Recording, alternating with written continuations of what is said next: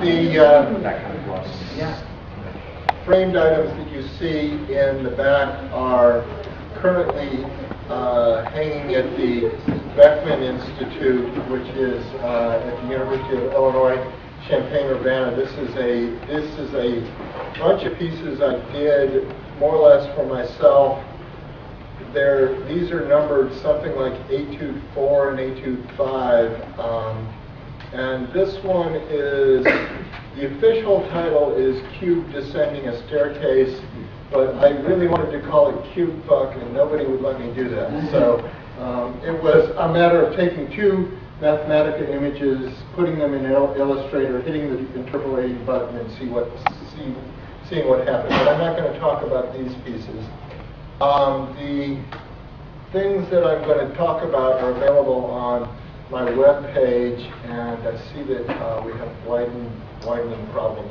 They're on the Math Art page, and I'll also put this talk on that web page.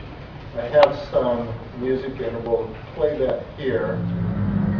This is a piece of music that I wrote several years ago based on the Bach B-flat invention. I'll let you listen to that while I get the talk ready.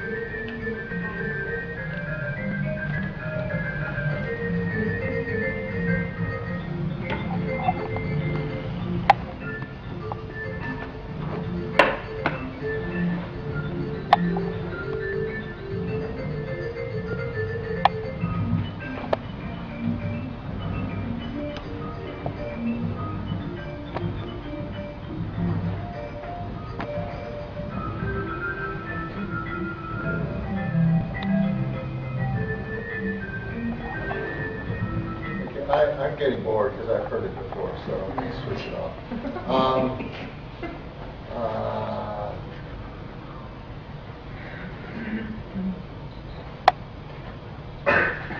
Many years ago, I saw work of Tony Robbins in a gallery in Texas, and then I met Tony Robbins about 15 years after, maybe 10 years after I'd seen the work, and I said, "Hey, I've seen your work somewhere." And we traced where it was, and it was a piece of, it was a painting that was depicting, clearly to me, depicting things from the fourth dimension. And this was a unique experience for me because I had found an artist who was speaking directly to me, who wasn't somebody who I knew beforehand. So most of my friends who are artists were friends before they were artists. And so the dynamic is very much a different dynamic. And I've looked a lot at his paintings, and I'm very much in an imitative phase in my own artwork. I am a mathematician. I like drawing things in the fourth dimension, but I have to lay homage to the master of doing that, who is Tony Robbins, and just whatever I'm doing, I feel is a pale imitation of that. The mathematics behind what I'm going to show you today is this matrix up here. We're going to map 4 space into 2 space by means of this matrix. So the actual length of this line segment is 3/2 of an inch, and the actual length of this line segment is 2 upon the square root of 2. The actual length of this line segment is 3/2 of an inch, and this is also 2 upon the square root of 2/2 of an inch, so square root of 2/2 of an inch. And so this is where the first, second, third, and fourth axes in 4 space are projecting. Now the reason for the choice of this matrix is, I guess, related to one of the talks we heard this morning. Is it a regular octahedron? No. It's not a regular octahedron, but it's very convenient because the vertices land on lattice points. And from the point of view of the human, then it looks like it's a regular octahedron. This is the 1, 2, 3 cube. This cube here would fit in the hypercube here. This is the 1, 2, 4 cube. It fits right here. There are two copies there. There's the 1, 3, 4 cube and the 2, 3, 4. And this is not art. This is a mathematical model, please. These are just pushed off in the 4, 3, 2, and 1 direction. So if I'm using the wrong pointer, 4, 3, 2, and 1 directions there. There are a couple of structures within this hypercube that I want to concentrate upon.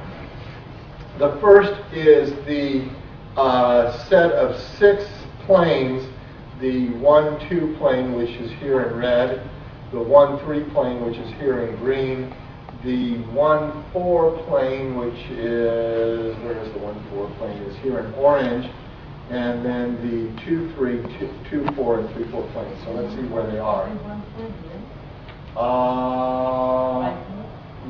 Yes, it is. I'm sorry. 1, 4 is white, blue, light blue. 3, 4 is orange, and then the 2, 4 plane is dark blue. I've positioned some of these planes off of where I want to look at them. In fact, where I want them to be is right there. And you'll observe that in the hypercube, those of you who don't know this, you have 3 planes intersecting along an edge, because this edge is a vertex times a time interval, and you'll have any 2 cubes intersecting along a face. If you color in all of the faces of the hypercube, things get very muddy, and this is muddy even though I've done some transparency gradations with the faces here. And all of these cubes have all 6 faces that are colored in, and there's no rhyme or reason on what's showing above or below. It just was, I just moved the levels or the transparencies until it looked reasonably good here. The other object within the hypercube I'm looking at is right isosceles triangle times a right isosceles triangle. So that would be the red right isosceles triangle times the blue isosceles triangle. The red isosceles triangle, this one has vertices 0, 1, 0, 0, 0, 0, 1, 0, 0, and then the other 2 are translates of that. And in the blue, these are translates of those. The reason that this is truncated is because it actually fell off the canvas, and I didn't want to reposition things so that we would be able to have this type of effect on within the PDF file. So in those triangles, we have 3 prisms. This one, and then the one that's not depicted in the reddish direction, and we have 3 prisms in the bluish direction. This one, and the one that's not depicted. Those 2 sets of 3 prisms will form a linking pair of solid tori, which are the linking solid tori that form the 3-dimensional sphere. It's just we have a PL model of that. And these are all the 3-dimensional skins of the hypercube. I should mention why I'm interested in this figure for the mathematicians in the audience. So the answer to that question is a question. If the integral of x squared is 1/3, integral of x squared from 0 to 1 is 1/3, then what's it 1/3 of? Well, it's 1/3 of the volume of a cube. And combinatorially, there's a wonderful theorem that says if you sum the cubes up from 1 to n, then that's going to be the square of a triangle. And Dylan Thurston was at a conference in Vietnam, and I was talking to him about this and said, well, can you see geometrically why the cone on a cube is the square of a triangle? I said, no, I've never been able to do that. And he said, well, you're not going to see it directly combinatorially, but decompose it, and I still didn't get it, so he told me the solution. There's a way of slicing this figure into 2 pieces, each of which is the cone on a prism, and those 2 cones and prisms can be reassembled to be the cone on the cube. So I just got fascinated with the figure and started to play with it. This is, in this particular series, this is the first piece in the series. And there are these triangle times triangles that are populating 4 space, and they're also populating the 4 basic cubes, the 1, 2, 3, 1, 2, 4, 1, 3, 4, 2, 3, 4 cubes.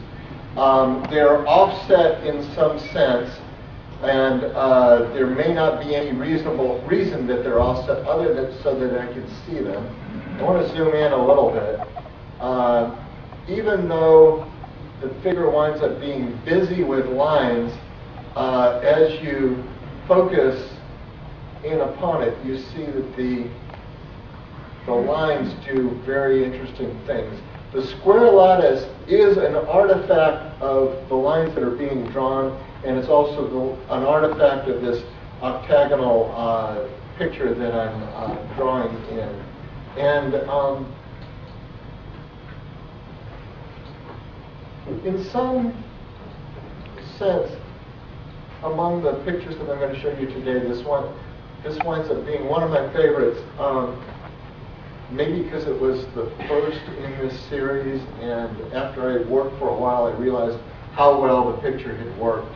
Although after I'd done it, I said, "No, that doesn't work. Let me try something else." This is a slightly different data set, but still with the same configurations. So here we see the 1, 3, 4 cube being defined by means of these 2 checkerboard patterns. We can see the 1, 2, 4 cube being defined essentially by these red planes. And I can't, let's see, that's maybe 1, 2, 3 is defined by these objects here. I have a lot of indecision in the process. So, whoops, wrong button, sorry. These triangles times triangles were included in the lattice, but they had to be taken out, or else the picture got busy again. But then I sort of like it better with them in. Sometimes I like it better with them out. Sometimes I like it better with them in. I don't know. This is the same data set. It's pretty obviously the same data set, and I started to run it through some filters. I'd like to believe that I can play electric guitar. I really can't, but I like to believe it. And one of the ways that young guitarists, but the way they believe it is that they turn the distortion all the way up, and it sounds really awesome. It's a lot of distortion. So I did that a lot with a lot of these filters here. Is just turn the distortion way up and see what happens. Here I'm using some granularity, some formalism in Illustrator to get the images, and it's pretty nice. I like that. It doesn't show up as well from that point of view, but it's there. All of these files are available on the web. They're supposed to be 18 by 22, so there should be fittable in frames. They are PDF files on the web, and if you want a high quality print, then you have to at least pay me the cost of getting the print. This is another distortion mechanism. This is supposed to have some glass effects, but whatever algorithms Illustrator is using is not as sophisticated as the algorithms we were seeing this morning.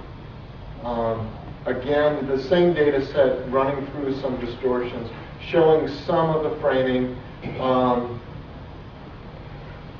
And another electric guitar metaphor, or electric piano metaphor perhaps, is if you listen to early Chick Corea work, you can hear that he's on a Fender Rhodes electric piano and volumes are turned up really loud. And even though there's a lot of distortion, there's a very clarity of tone within that. And so you see some clarity of tone in here, but you also get these really clearly computer-generated images, distorted images in here. I don't know if that's good or bad. That's for somebody else to decide. It's there.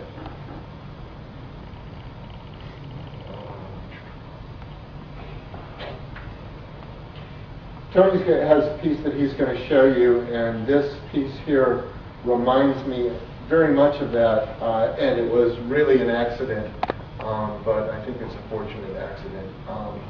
Again, starting with one data set, running some filters on certain things. My son kept telling me that the pictures were getting too busy, and so I said, well, okay, let's see, well, let's get them busy. I can't resist zooming in on this because that's kind of nice. Again, just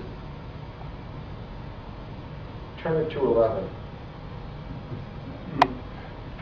Same data, different background. It's in the same position. It's a matter of indecision. I don't know which one I like better. And same data again with some surfaces painted in for no particular reason other than to see what would happen. This is still in the same series. All of these so far are using the same data set and just seeing what happens when you run through these. If you want me to zoom in, tell me. If you want me to shut up, then I'll do that too. We'll just run through them real quickly.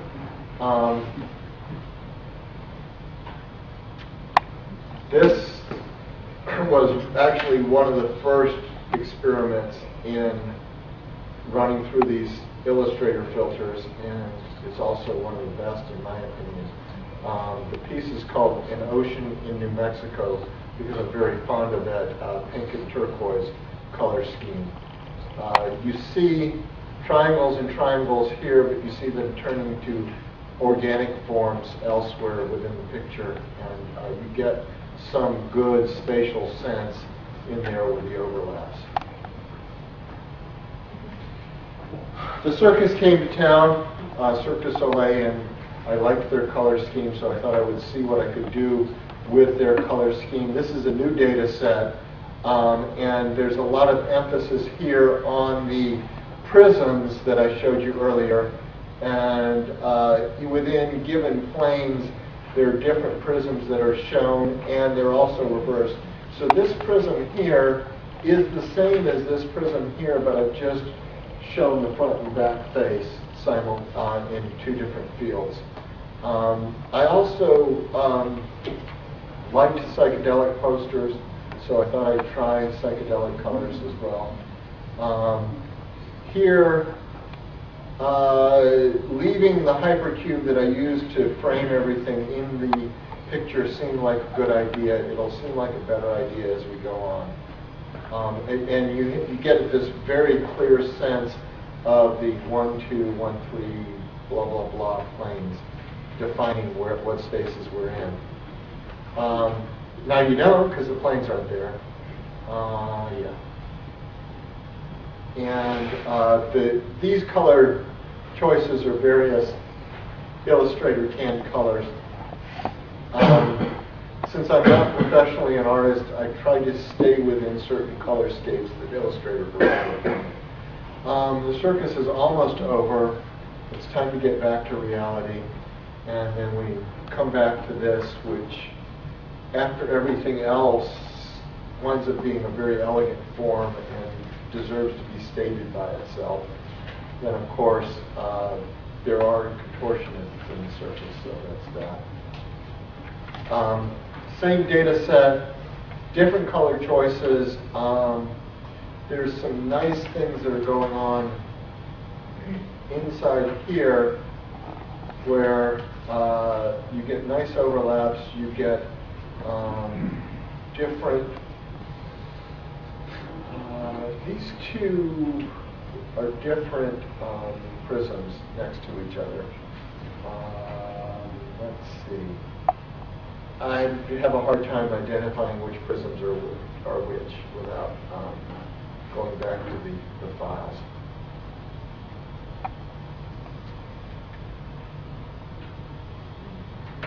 Everything starts in a notebook, and usually the notebooks start in airplanes when I'm bored, and so I'm sketching things out and I'm shading them just with ballpoint pen.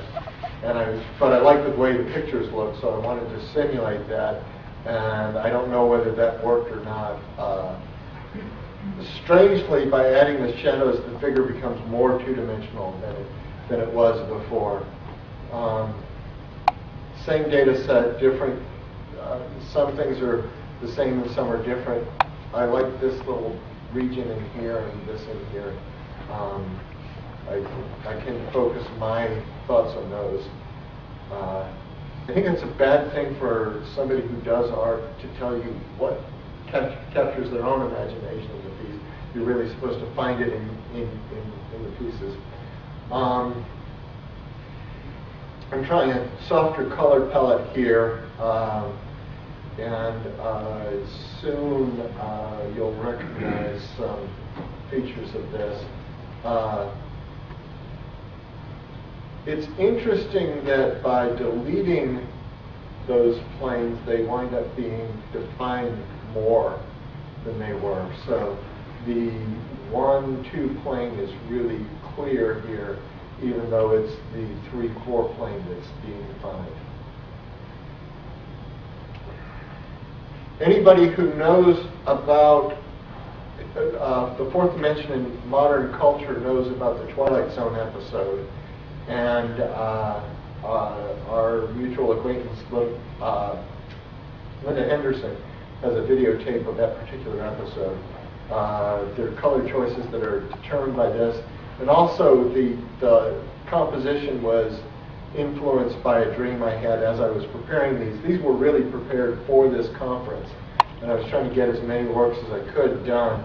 So I woke up one Sunday morning seeing frames in my dreams and said, well, that's interesting. Let me see what happens if I paint that or sketch it. And this was another version of that dream, combining two-dimensional elements and four-dimensional elements, and again having this reference hypercube therein. I had the same dream a week later, and so I painted it a week later. And again, because I liked the first piece I showed you so much, I wanted to see what happens if I really accentuate the frames, putting in some distortions, and I don't remember what distortions there were, but the overlays of frames also created nice distortions within the lattice. And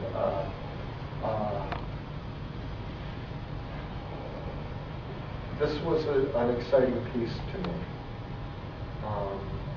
when it was done. It was actually the third in the sequence that you're going to see, but I liked it. This was the first in that sequence.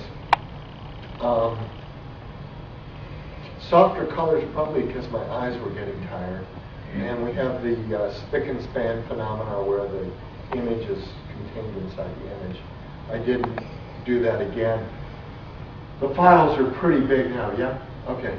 The files are pretty big now, and so if I had duplicated that one more time and put it up there, then it would be impossible to download. When you have dreams, you're supposed to undergo psychoanalysis. And so this is the same dream after the 10th psychoanalysis. There's weird stuff that's going on therein.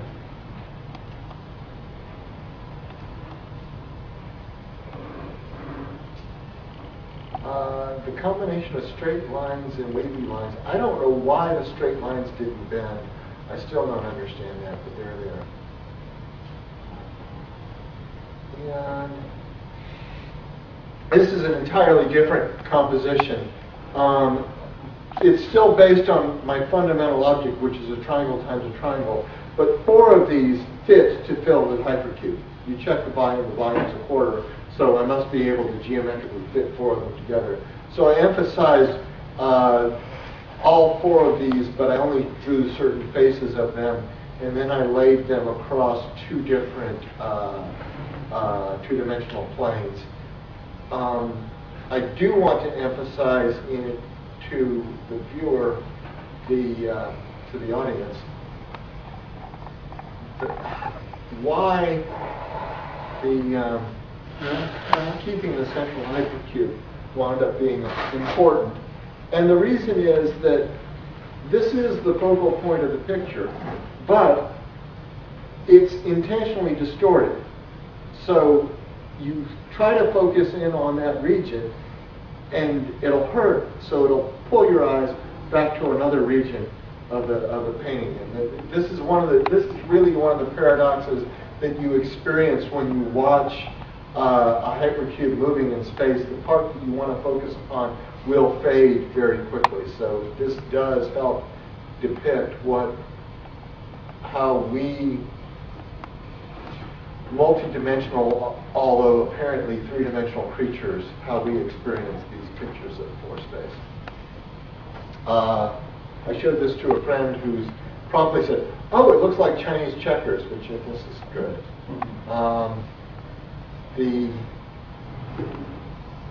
My principal region is up in here, and then there's some transparency that's going around. It gets more and more invisible as you go counterclockwise around.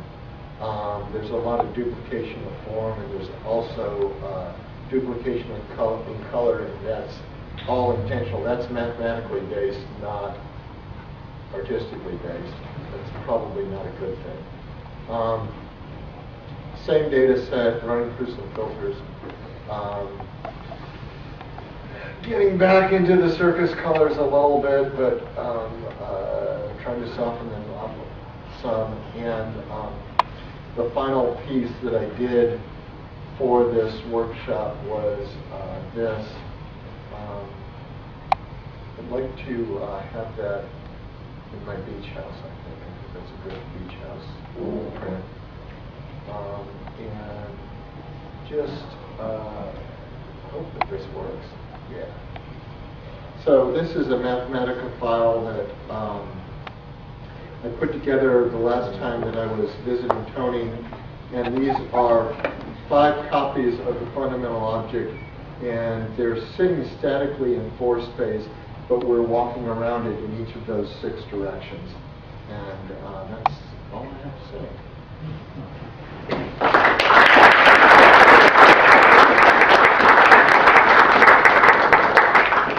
Any questions? Yes. At this point, you have a good sense of seeing them in your mind as a static hypervolume? We perceive surface, and we extrapolate solid from surface. In 4 dimensions, what we should be perceiving as solid and extracting hypersolid. Yes. I can't do that. I mean, I can mathematically tell you where it is and what it is, but I can't necessarily visualize it. Visualization is a very strange thing. I'll change the question. You can see a picture of a cube and you can say, oh, I can find my way inside of the 3D room. Here's the path, avoid the box collisions. Do you think you could do that kind of pathfinding in a hypervolume? I don't know. Do you have a game that I can play? I could make one. I've been hoping somebody would say that. It would be, I mean, that would be a very good experiment. Just because that's the question that I ended up coming up with as the avoided question, visualization. And we focus on, if I understand the space, I can navigate it. I think what you need, there's some people who are working on soundscapes for gaming purposes. Sure. And I think you need to have some different soundscape in the same spatial scape. And that's going to be very disorienting because there's going to be a lack of coincidence between what you see and what you hear. On the other hand, between those 2 senses, you may be able to extrapolate it. You may want to use an olfactory sense if Liz Taylor will let you use that, because she owns the patent for smell-o-vision.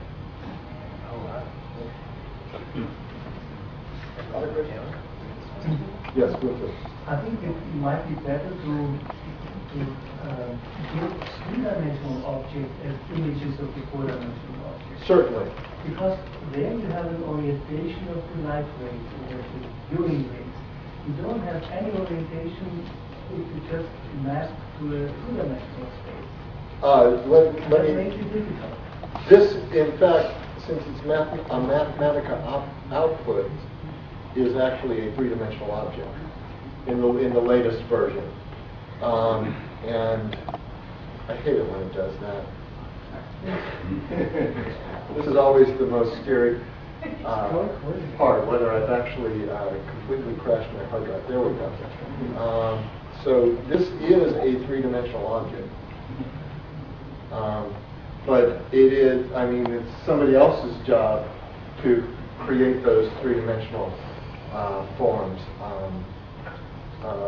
But you have to decide, you have to make choices of how you depict surface, how you depict solid, and so forth.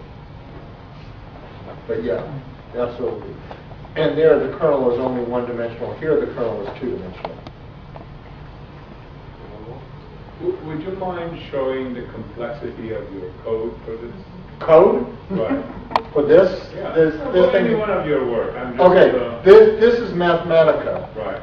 And I can pull up some code for that. Yeah. I'm sort of a hacker, so this is essentially. I didn't know that Mathematica had a Boolean function, so I had to create one. This is just describing various ways of rotating. Tire means rotation. A is a matrix, and there are several different matrices that I might choose from initially. Again, I choose one. This is how the lines are formed, and I have a mnemonic. Things that are feline are lines, things that are avian are planes, and that helps me know what things are. And I programmed in Mathematica long enough that it would give me spelling errors. So if I wanted rules, I knew I couldn't say rules, so I would call it fools. So it's the Dr. Seuss version of programming. And this is going to take a while because there are some other illustrations inside there, inside the file. So it's trying to load those up. So these are some of these having to do with the integral. But that code there is sufficient to draw this figure,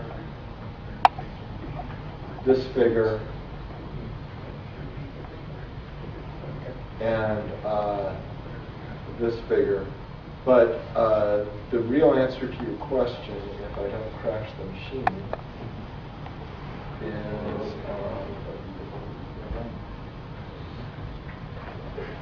I don't know what's inside here.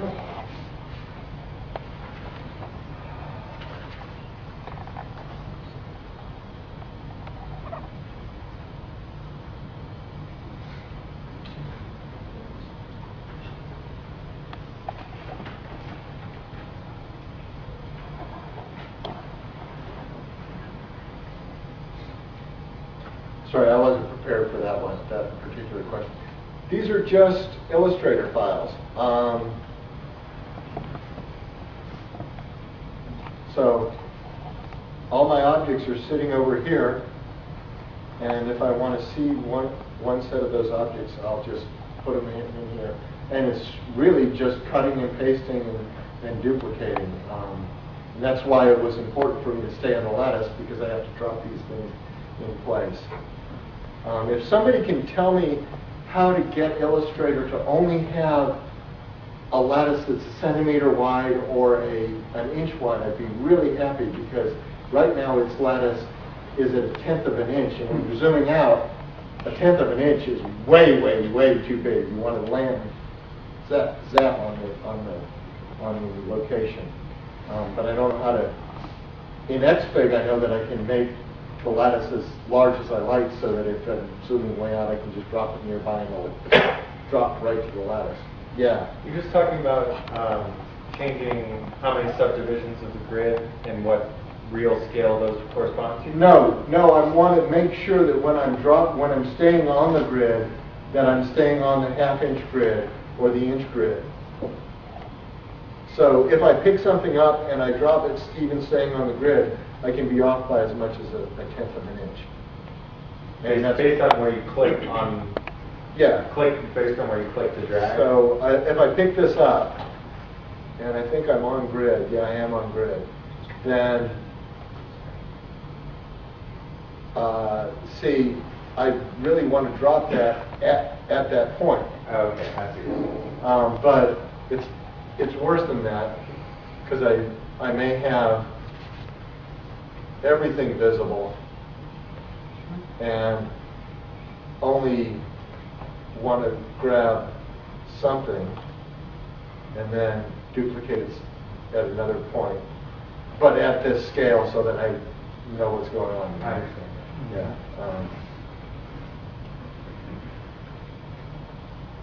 Control Z is a very good thing. Okay. Yeah, I'm done. I'm done.